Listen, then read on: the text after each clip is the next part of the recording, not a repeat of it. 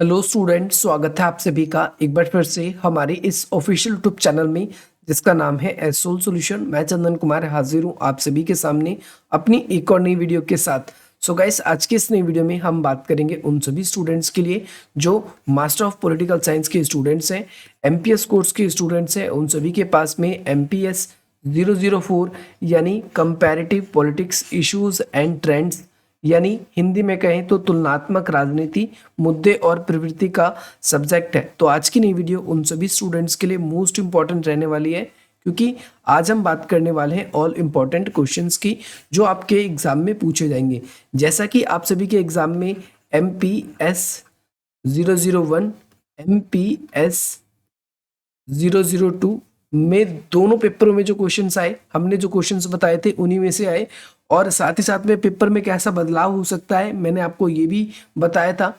कुछ बच्चे ऐसे थे जो केवल वीडियो को स्क्रीनशॉट लेके चले गए, सोचे कि क्वेश्चन ऐसे ही आ जाएगा, लेकिन क्वेश्चन में जब हम आपको समझाते हैं तो उसमें क्या क्या बदलाव हो सकता है और उसकी जगह क्या आंसर लिखा जाएगा ये भी हम समझाते हैं। तो बहुत सारे बच्चों ने इस चीज़ का ध्यान नहीं दिया, जिसकी वजह से उनका वो पेपर ज़्यादा अच्छा नहीं गया MPS 002।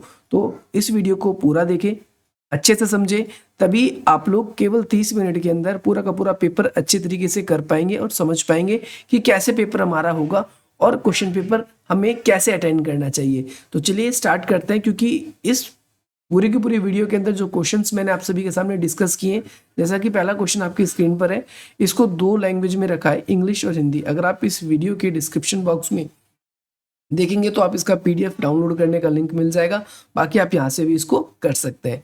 तो अगर आप लोगों ने टेलीग्राम ग्रुप ज्वाइन नहीं किया तो आप उसे भी ज्वाइन कर लीजिए। बाकी स्टार्ट करते हैं हम इस वीडियो को। सबसे पहला क्वेश्चन, आप क्योंकि आपकी बुक का नाम ही है तुलनात्मक राजनीति, तो यहाँ पर तुलनात्मक राजनीति से एक क्वेश्चन बनना तो कंफर्म ही है। तो पहला क्वेश्चन आपकी स्क्रीन पर यही है, तुलनात्मक राजनीति क्या है, आपको पहले एक्सप्लेन करना है। तो हम सभी जानते हैं तुलनात्मक राजनीति का मतलब क्या होता है। हम यहाँ पर शासन व्यवस्था या फिर किसी देश के अंदर किस प्रकार की शासन व्यवस्था है, वहीं दूसरे देश में किस प्रकार की शासन व्यवस्था है, हम इस चीज़ का तुलना करते हैं, हम इस चीज़ की ही क्या करते हैं, अंतर करने की देखते हैं, हम इसमें ही भेद करने की देखते हैं। और उसके बाद में जो हमारा रिजल्ट हमारे सामने आता है हम उसे तुलनात्मक राजनीति के रूप में समझते हैं। उदाहरण देंगे कि अमेरिका के अंदर, अमेरिका के देशों में किस प्रकार की शासन व्यवस्था है और यूरोप के देशों में किस प्रकार की शासन व्यवस्था है। जब हम इनकी तुलना करेंगे, जब वहाँ की हम एडमिनिस्ट्रेटिव या फिर हम कहें वहाँ पर किस प्रकार से नियम बने हुए, तो जब हम उसकी तुलना करेंगे तो वो तुलनात्मक राजनीति कहलाती है। तो इसके क्रमतर विकास, आपको ये बताना है कि इसका विकास किस प्रकार से हुआ, इसका वर्णन करना है। तो गाइस, आप सभी के लिए सबसे पहली बात यह है कि हमने MPS 004 की आप सभी के लिए प्लेलिस्ट बना रखी है। अगर आप लोगों ने ये प्लेलिस्ट नहीं देखा है तो आप ये प्लेलिस्ट जरूर देखिए, क्योंकि इसमें हमने सारे के सारे आप सभी के जितने इंपॉर्टेंट क्वेश्चन हैं वो सारे के सारे हमने इसके अंदर डिस्कस कर रखे हैं। जैसे अगर आप लोगों को ये जानना है तुलनात्मक राजनीति का क्या अर्थ है और इसका क्या महत्व है, तो आप इसमें से देख सकते हैं। और इसका विकास कैसे हुआ है, इसके लिए आप लोगों को एक अलग से वीडियो मिलेगी विकास को लेकर।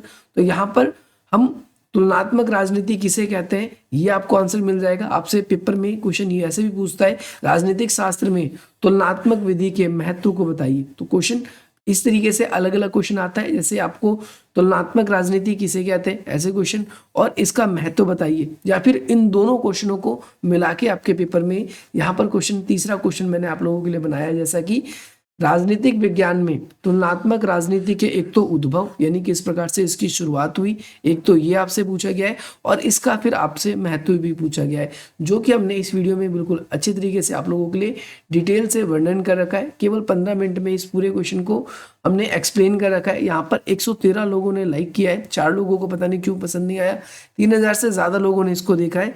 और आप लोग भी इसे ज़रूर देखिए और अपने एग्जाम्स की तैयारी हमारे प्लेलिस्ट से करने की कोशिश कीजिए, क्योंकि इसमें अधिकतर क्वेश्चन नोट्स के फॉर्म में, अगर आप लोगों को समझ नहीं आता तो आप उसे लिखकर याद भी कर सकते हैं। आप सभी को पेपर में कंफ्यूज नहीं होना कि क्या क्वेश्चन आएंगे। सबसे पहला आपको ये 2 क्वेश्चन तो पक्का करके जाने हैं। देखो, दोनों क्वेश्चनों को मिला के एक तीसरा क्वेश्चन भी बनाया जा सकता है, ये भी मैंने बता दिया कैसे। तो आप लोगों को इन दोनों क्वेश्चनों को शॉर्ट करके पेपर में लिखना होगा। एक तो आपको ये करना है तुलनात्मक राजनीति पूरी तरीके से किसे कहते हैं और इसका विकास कैसे हुआ, साथ ही साथ तुलनात्मक राजनीति हमारे लिए क्यों इंपॉर्टेंट है।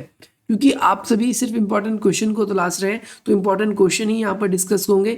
थोड़ा बहुत जो एक्सप्लेन ब्रीफली करना जानना चाहिए वो मैं करूँगा, बाकी आप लोग अपने आंसर्स को प्लेलिस्ट के क्वेश्चन से करने की कोशिश करें। क्योंकि अगर आप सोचोगे कि केवल 1 घंटे के अंदर पूरा का पूरा सिलेबस, पूरी की पूरी बुक खत्म करा दी जाए, तो ये मास्टर्स है, ये कोई बच्चों का खेल नहीं। आप सभी को पता है कि यहाँ पर पूरे के पूरे टॉपिक कराने में कई बार दिन भी लग जाते हैं।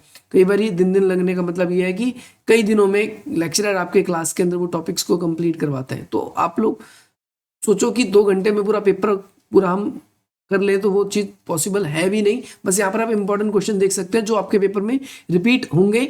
यकीनन आपके पेपर में 10 क्वेश्चन आएंगे और उस 10 क्वेश्चन में से आपको 4 क्वेश्चन तो 100% यहाँ से पक्का मिलेंगे और 5वां क्वेश्चन भी मिल सकता है। बाकी बुरी किस्मत रही तो 4, नहीं तो पूरा पेपर ही आपको यहाँ से देखने को मिलेगा। तो नेक्स्ट क्वेश्चन, ये बहुत इंपॉर्टेंट क्वेश्चन है।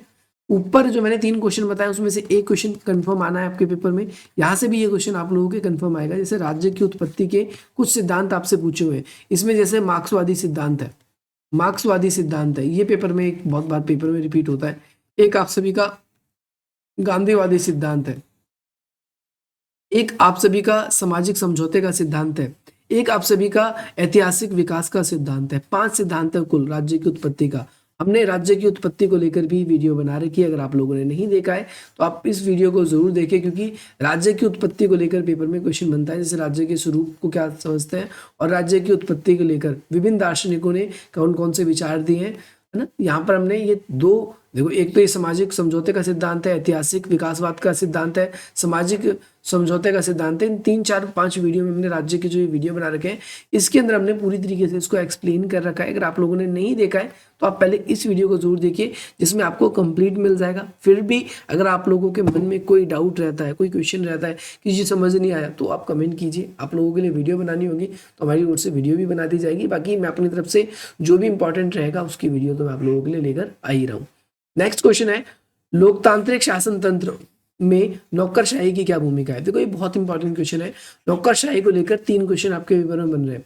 एक तो लोकतांत्रिक शासन तंत्र में या फिर विकासशील देशों में नौकरशाही की क्या भूमिका है। ये 2 क्वेश्चन कॉमन आप लोगों को देखने को मिलेंगे आपके पेपर में, जो बार बार ही रिपीट हो रहे हैं। जैसे आप लोगों से पेपर में क्वेश्चन पूछता है सिंपली, विकासशील देशों में नौकरशाही की क्या भूमिका है, विकासशील देशों में नौकरशाही की क्या भूमिका है। ये 2 छोटी छोटी सी वीडियो मैंने आप लोगों के लिए तैयार की है, जो आप लोगों के लिए बहुत इंपॉर्टेंट है।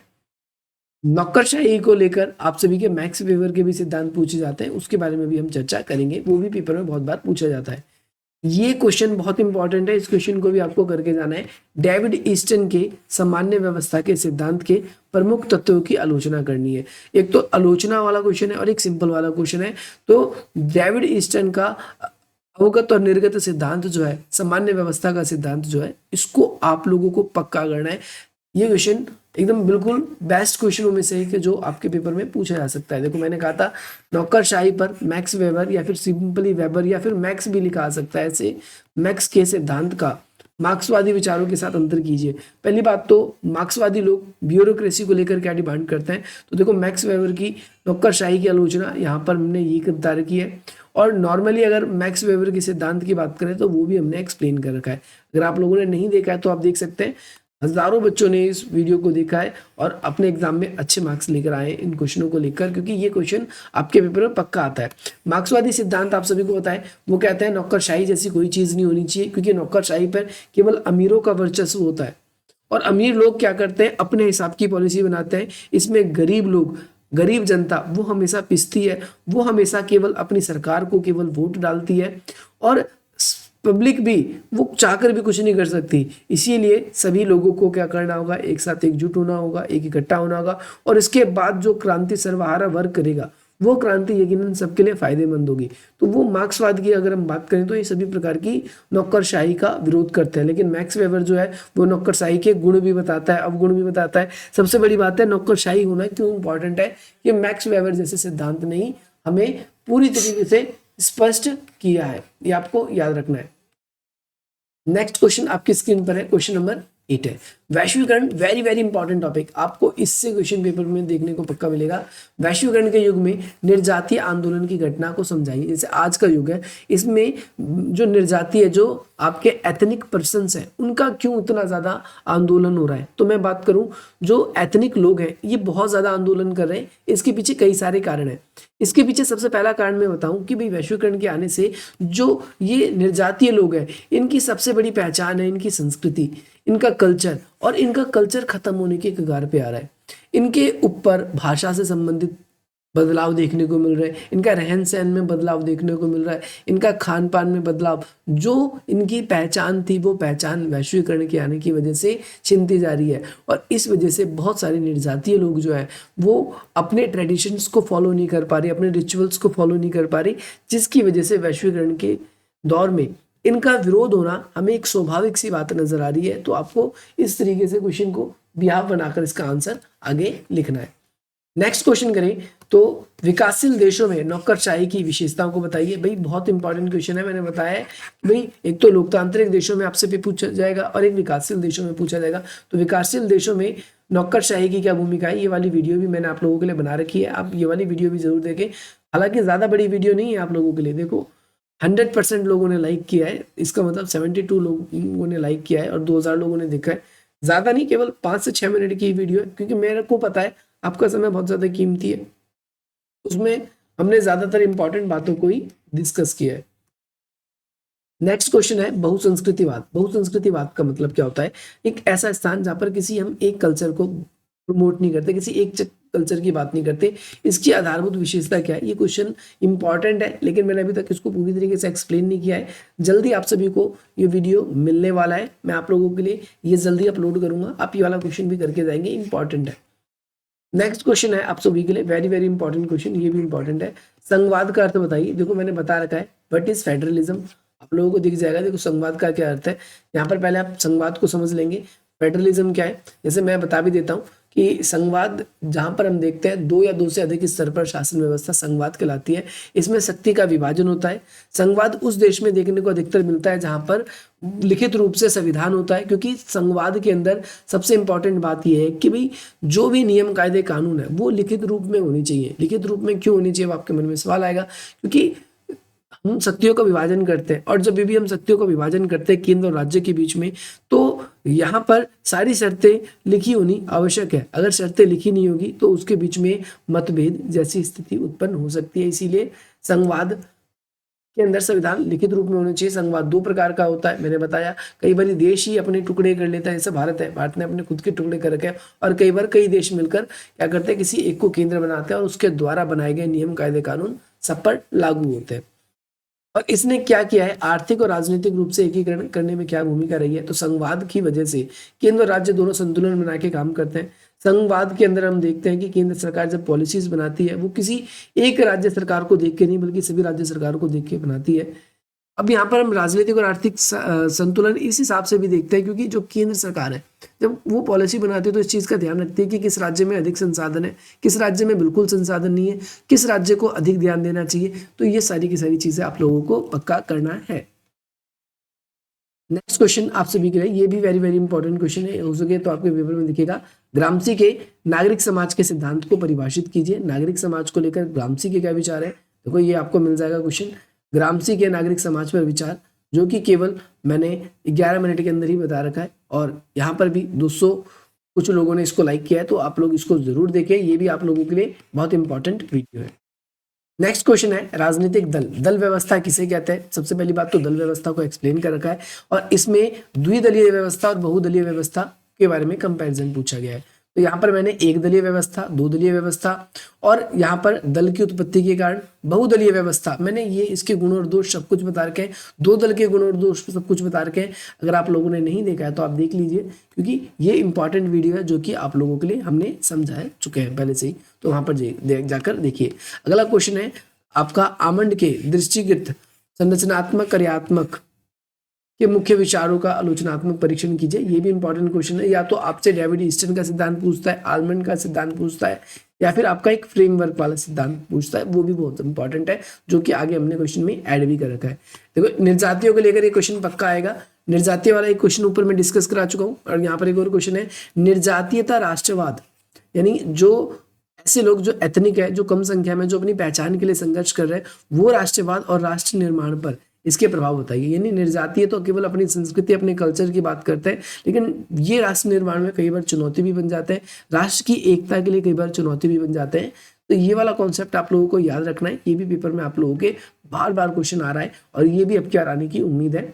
इस वाले क्वेश्चन को हमने अभी अपलोड नहीं किया है, लेकिन जल्दी अपलोड कर देंगे। जैसा कि मैंने ऊपर बताया था, राज्य की उत्पत्ति को लेकर एक सिद्धांत पक्का पूछा जाता है और हमने अधिकतर टाइम पे या तो आपने देखा है मार्क्सवादी सिद्धांत आएगा आपके पेपर में, या फिर अगर इस टॉपिक से क्वेश्चन मिलेगा तो गांधीवादी आएगा। किस्मत खराब रही तो आप लोगों के लिए सामाजिक समझौते का सिद्धांत, ऐतिहासिक विकासवाद का सिद्धांत, ये सब सिद्धांत भी पूछे जा सकते हैं। लेकिन राज्य की उत्पत्ति को लेकर एक क्वेश्चन तो 100% रहेगा ही रहेगा, तो इस क्वेश्चन को आप बिल्कुल भी करना ना भूलें। संघवाद किसे कहते हैं और इसके लक्षणों को बताइए, तो ये मैंने आप लोगों के लिए एक्सप्लेन कर रखा है। अगर आप लोगों ने नहीं देखा है तो आप इस वीडियो को जरूर देखें। संघवाद का अर्थ मैंने थोड़ी देर पहले बताया। संघवाद के कई सारे लक्षण हैं, जैसे यहाँ पर संविधान की सर्वोच्चता होती है, शक्ति का विभाजन होता है, इसके बाद में सर्वोच्च न्यायालय की मुख्य स्थिति होती है। सर्वोच्च न्यायालय की स्थिति वाला कॉन्सेप्ट भी याद रखना है कि भाई राज्यों के बीच में क्योंकि समझौते की तरह है संघवाद, तो इस बात का अवश्य ध्यान दिया जाता है कि दोनों पक्षों के बीच में कभी विवाद ना हो जाए। इसीलिए सारी समझौते के शर्तों को देखने के लिए एक हम अलग से न्यायपालिका बनाते हैं। इसके अलावा हम देखेंगे केंद्र और राज्य के बीच में जो इनकम होगी उसके सोर्स को भी विभाजित किया जाता है। केंद्र और राज्य के बीच में कोई विवाद है किसी बात को लेकर, तो उसको विवाद को सुलझाने के लिए सर्वोच्च न्यायालय या फिर ऐसी कोई आयोग बनाया जाता है जो कि उसका निपटारा कर सके। इसके साथ साथ हम देखते हैं दोनों केंद्र और राज्य के बीच में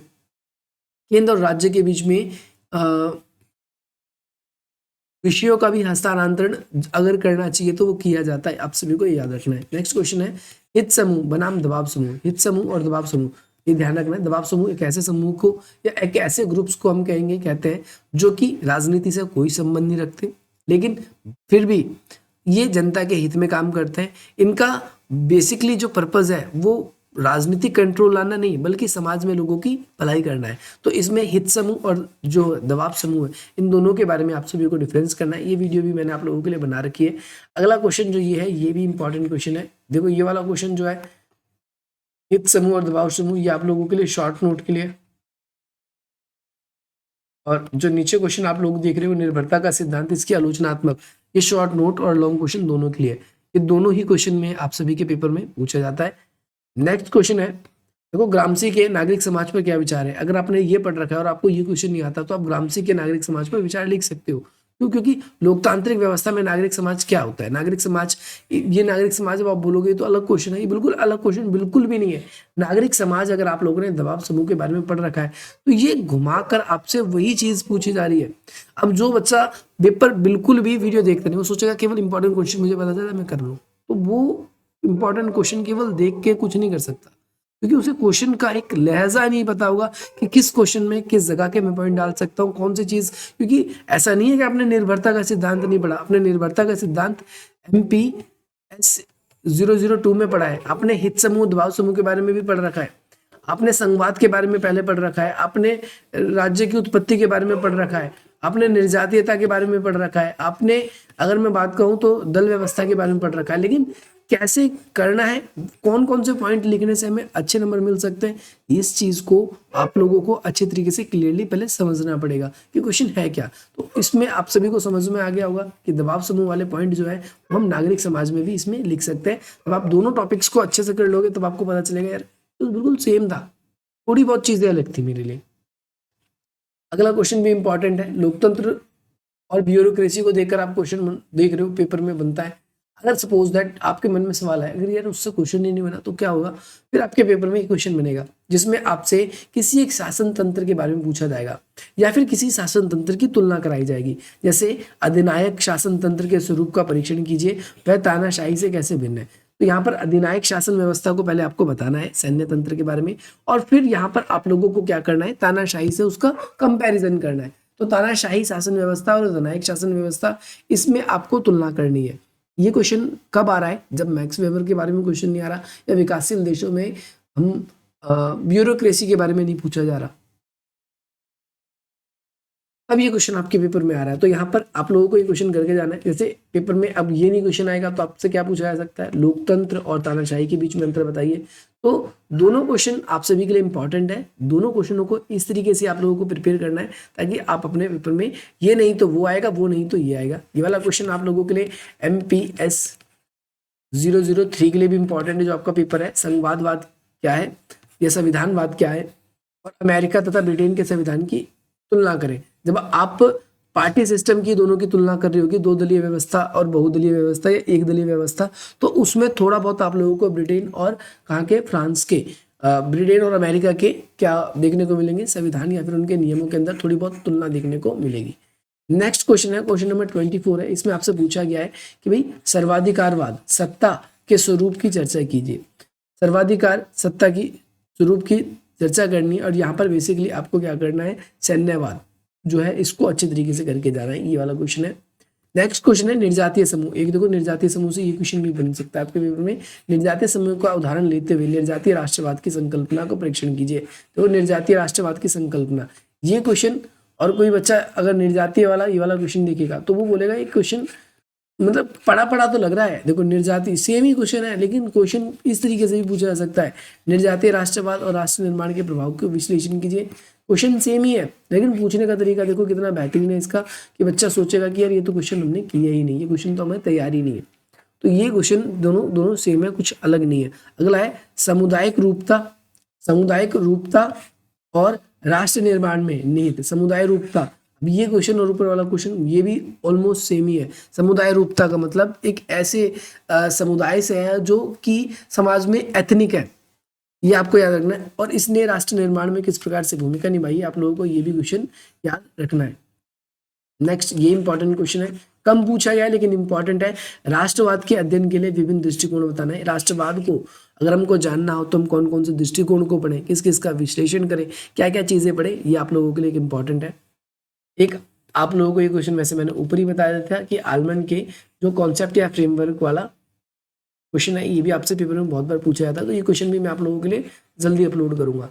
अगर आप लोग क्वेश्चन की तलाश में थे, मैं आशा करता हूँ आप सभी को सारे के सारे इंपॉर्टेंट क्वेश्चन मिल गए होंगे, आप सबने एग्जाम्स की तैयारी कर ली होगी, और जो क्वेश्चन अब इसमें से रह गए जो आपने नहीं किए थे, आप उन क्वेश्चनों को भी अच्छी तरीके से तैयार कर लोगे।